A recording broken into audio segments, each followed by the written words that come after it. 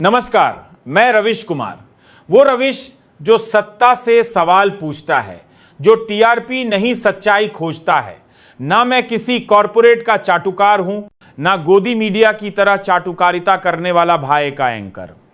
आज हम बात करेंगे एक ऐसी खबर की जो अगर सच्ची है तो ये देश के लोकतंत्र के लिए सबसे बड़ा खतरा है, और अगर अफवाह भी है तो यह अफवाह अपने आप में बहुत बड़ा संकेत है कि भारत अब एक नई राजनीतिक करवट लेने वाला है।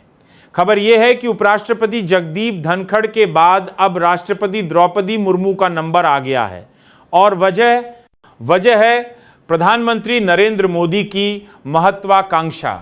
जी हां, अब प्रधानमंत्री नहीं, साहब खुद को राष्ट्रपति बनाना चाहते हैं, क्योंकि शायद उन्हें लगने लगा है कि जनता अब सवाल पूछने लगी है, समर्थन खिसकने लगा है, और 2029 में गद्दी का तख्ता पलट सकता है। और जब लोकतंत्र की जनता सवाल पूछने लगे, तब सत्ता में बैठे लोग जवाब नहीं, बचाव ढूंढते हैं, और इस बार बचाव है राष्ट्रपति भवन की दीवारें। अब जरा सोचिए, उपराष्ट्रपति धनखड़ जो कभी बीजेपी के कट्टर वफादार माने जाते थे, अचानक इस्तीफा देते हैं, कारण स्वास्थ्य। लेकिन इस देश में कब से स्वास्थ्य कारणों से संवैधानिक पद छोड़ दिए जाते हैं? यह वही स्क्रिप्ट है जो पहले भी चली है। जब किसी को सत्ता से हटाना होता है तो उसका स्वास्थ्य खराब हो जाता है, या फिर अचानक कोई व्यक्तिगत कारण आ जाते हैं, लेकिन असली कारण हमेशा छुपाए जाते हैं। और यहां असली कारण यह है कि अब मोदी सरकार के भीतर ही एक ऐसी खिचड़ी पक रही है जिसे ना गोदी मीडिया दिखा रही है, ना सरकार कबूल कर रही है, लेकिन गलियारों की दीवारें सब कुछ सुन रही हैं। अब बात हो रही है राष्ट्रपति मुर्मू को हटाने की, और वो भी इसलिए ताकि प्रधानमंत्री नरेंद्र मोदी खुद राष्ट्रपति बन सकें। और यह बात मजाक नहीं है। यह वही देश है जहां लोकतंत्र की सबसे ऊंची कुर्सी भी अगर किसी की सुरक्षा कवच बन जाए तो आश्चर्य नहीं होना चाहिए।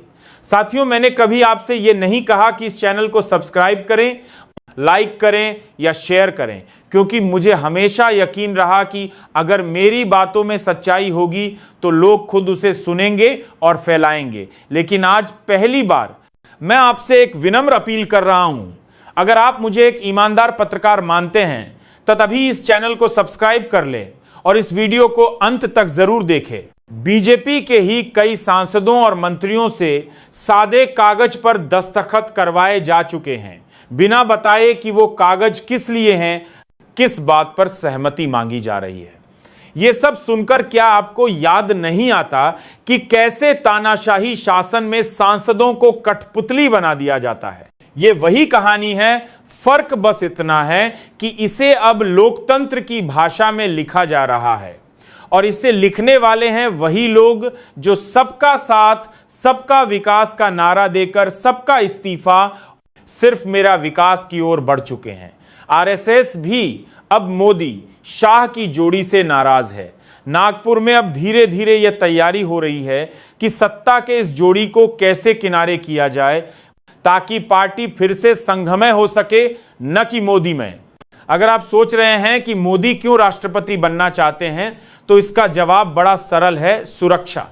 क्योंकि 2029 के चुनाव में बीजेपी का सत्ता में लौटना उतना आसान नहीं होगा। जनता में नाराजगी है, किसान आंदोलित हैं, बेरोजगार निराश हैं, और सबसे बड़ी बात, मोदी की छवि अब चाय वाले की नहीं, बल्कि अडानी अंबानी के दरवाजे पर खड़े गेटकीपर की बन चुकी है। और अगर ऐसा हुआ कि बीजेपी सत्ता में ना लौटी, तो विपक्ष की सरकार प्रधानमंत्री मोदी से सवाल पूछेगी, जांच करवाएगी, और शायद कानून का शिकंजा भी कसेगा। ऐसे में राष्ट्रपति बन जाना मोदी के लिए एक असंवैधानिक कवच होगा, जो उन्हें हर कानूनी कार्रवाई से बचाएगा। संविधान उन्हें पूछताछ से भी बचाएगा और गिरफ्तारी से भी। यही कारण है कि अब योजना तैयार की जा रही है। पहले मुर्मू को हटाओ, फिर मोदी को राष्ट्रपति बनाओ, और अंत में बीजेपी को रीसेट करो। लेकिन क्या मोदी वही राष्ट्रपति होंगे जो चुपचाप दस्तखत करेंगे, या क्या वे राष्ट्रपति भवन में बैठकर भी देश की सरकार चलाएंगे?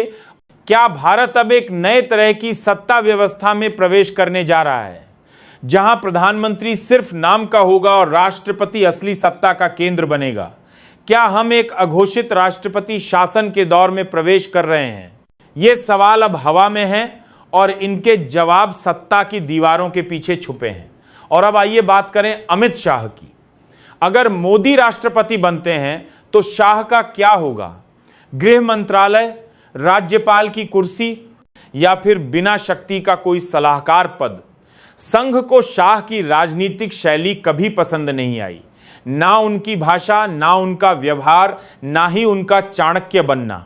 शाह की पूरी ताकत मोदी से आती है और अगर मोदी हटे तो शाह भी खत्म। यही कारण है कि अमित शाह नागपुर की दौड़ पर हैं संघ को मनाने के लिए, खुद को अगला पीएम उम्मीदवार बनाने के लिए। लेकिन संघ अभी झुका नहीं है और संकेत साफ है, अब पार्टी को मोदी शाह युग से बाहर निकालना है। और अब मंच पर आते हैं दो नए चेहरे, संजय जोशी और योगी आदित्यनाथ। संजय जोशी, जिन्हें मोदी ने कभी पार्टी से बाहर कर दिया था, अब फिर से सुर्खियों में हैं। संघ उन्हें अब बीजेपी का अगला कर्णधार बनाना चाहता है। वहीं योगी आदित्यनाथ, जो पहले मोदी की परछाई माने जाते थे, अब खुद एक सूर्य बनकर उभर रहे हैं। यूपी में उनकी पकड़ मजबूत है, भाषणों में आक्रामकता है और संघ की सोच से मेल है।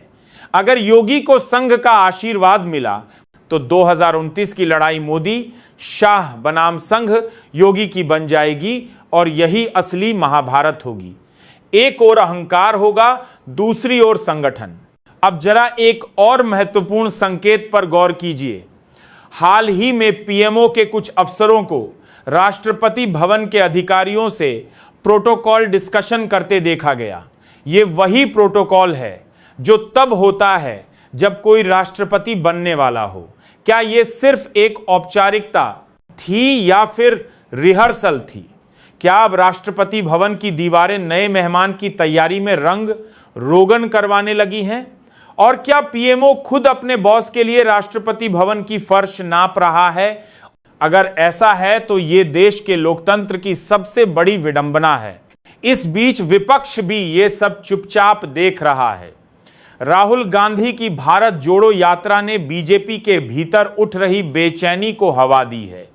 विपक्ष को अब समझ आ गया है कि लड़ाई सिर्फ नरेंद्र मोदी से नहीं, बल्कि बीजेपी के भीतर के असंतोष से भी है। अगर संघ, विपक्ष और जनता तीनों एक साथ एक ही दिशा में सोचने लगे तो शायद मोदी युग का अंत अब सिर्फ वक्त की बात है। तो साथियों, अगर आपको अब भी लगता है कि यह सब एक संयोग है, सिर्फ अफवाहें हैं, तो जरा रुकिए और फिर से सोचिए, क्योंकि इतिहास की सबसे खतरनाक कहानियां हमेशा अफवाहों के रूप में ही शुरू होती हैं। धनखड़ का इस्तीफा, मुर्मू पर मंडराता खतरा, मोदी की राष्ट्रपति बनने की तैयारी, यह सब अचानक नहीं हुआ। यह उस सत्ता की बेचैनी का परिणाम है जो अब जनता से नहीं, खुद से डरने लगी है। जब एक ऐसा प्रधानमंत्री जो दशकों तक सबका साथ का नारा देता रहा, अब सिर्फ अपना बचाव चाहता है, तो समझिए कि लोकतंत्र अब ईकू में है और संविधान वेंटिलेटर पर। लेकिन क्या देश का लोकतंत्र किसी एक व्यक्ति की निजी सुरक्षा योजना है? क्या भारत का राष्ट्रपति भवन किसी राजनीतिक शरण स्थल में तब्दील हो जाएगा? क्या यह वही लोकतंत्र है जिसकी दुहाई हर चुनावी मंच पर दी जाती है? अगर सत्ता की हर सीढ़ी केवल खुद को बचाने के लिए चढ़ी जाती है, तो फिर लोकतंत्र का अर्थ क्या रह जाता है? और सबसे महत्वपूर्ण बात, अगर मोदी राष्ट्रपति बनते हैं तो क्या वो सिर्फ एक संवैधानिक प्रतीक होंगे? नहीं, वो उस कुर्सी से भी सत्ता चलाएंगे, फैसले लेंगे, प्रधानमंत्री को निर्देश देंगे और एक छाया सरकार की नींव रख देंगे।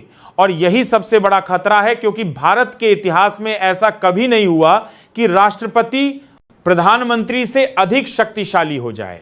यह सत्ता के केंद्रीकरण का वह मॉडल है जो लोकतंत्र के लिए जहर के समान है। इस पूरे घटनाक्रम में आरएसएस की भूमिका भी कम संदिग्ध नहीं है। आज वही संघ जो मोदी को विकास पुरुष कहता था, अब उन्हें विस्थापन पुरुष बनाना चाहता है। और अमित शाह, जो आज देश के गृह मंत्री हैं, उनकी भूमिका अब गेस्ट हाउस के चौकीदार से ज्यादा नहीं बची है।